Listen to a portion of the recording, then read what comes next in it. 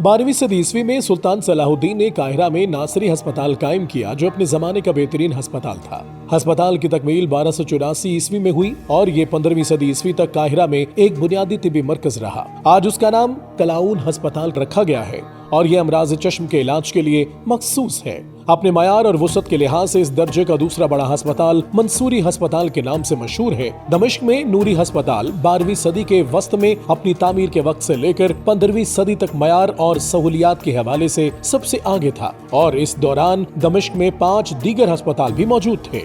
आइबेरियाई जजीरा करतबा मौजूदा स्पेन में 50 से ज्यादा अस्पताल मौजूद थे। कुछ खुसूसी तौर पर फौज के लिए थे और वहाँ डॉक्टर्स और तिब्बी माहिरीन, खुलफा, फौजी कमांडर्स और शुरफा के इलाज के लिए मौजूद होते थे।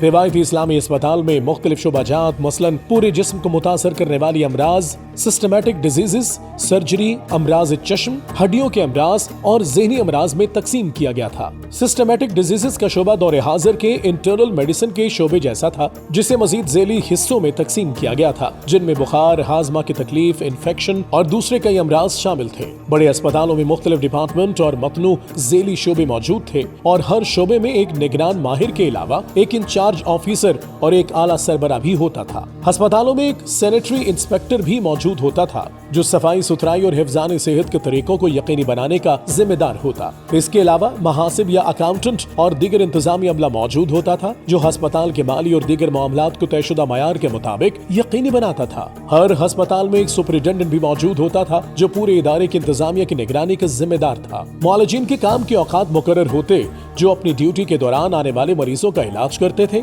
हर अस्पताल में लाइसेंस याफ्ता फार्मासिस्ट और नर्सों का अपना अमला होता। तिब्बी अमले की तनख्वाहें कानून मुकर्रर थीं और हर अस्पताल उनको दिल खोल कर मुआवजा अदा करता था, ताकि बेहतरीन तिब्बी हुनरमंदों को रागिब किया जा सके।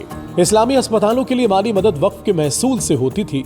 मुखय्यर अफराद और हुक्मरान अपनी जायदादें तामीर शुदा या जेर तामीर बीमारिस्तानों को अतिया कर देते, ताकि इनसे हासिल होने वाली आमदनी तिब्बी इमारात और उनकी देखभाल के लिए खर्च की जा सके। इसी मकसद के लिए दीगर रकम मुख्तलिफ अक़साम की आमदनियों मसलन दुकानों, कारखानों, कारवान, सराय या फिर पूरे गाँव की मुश्तरका आमदनी से हासिल होती थी। वजीफे से हासिल होने वाली आमदनी में बाज़ औक़ात मरीज को अस्पताल से बर्खास्त होने पर थोड़ा सा वजीफा भी दिया जाता था। सरकारी बजट का एक हिस्सा भी अस्पतालों की बहाली पर खर्च होता था।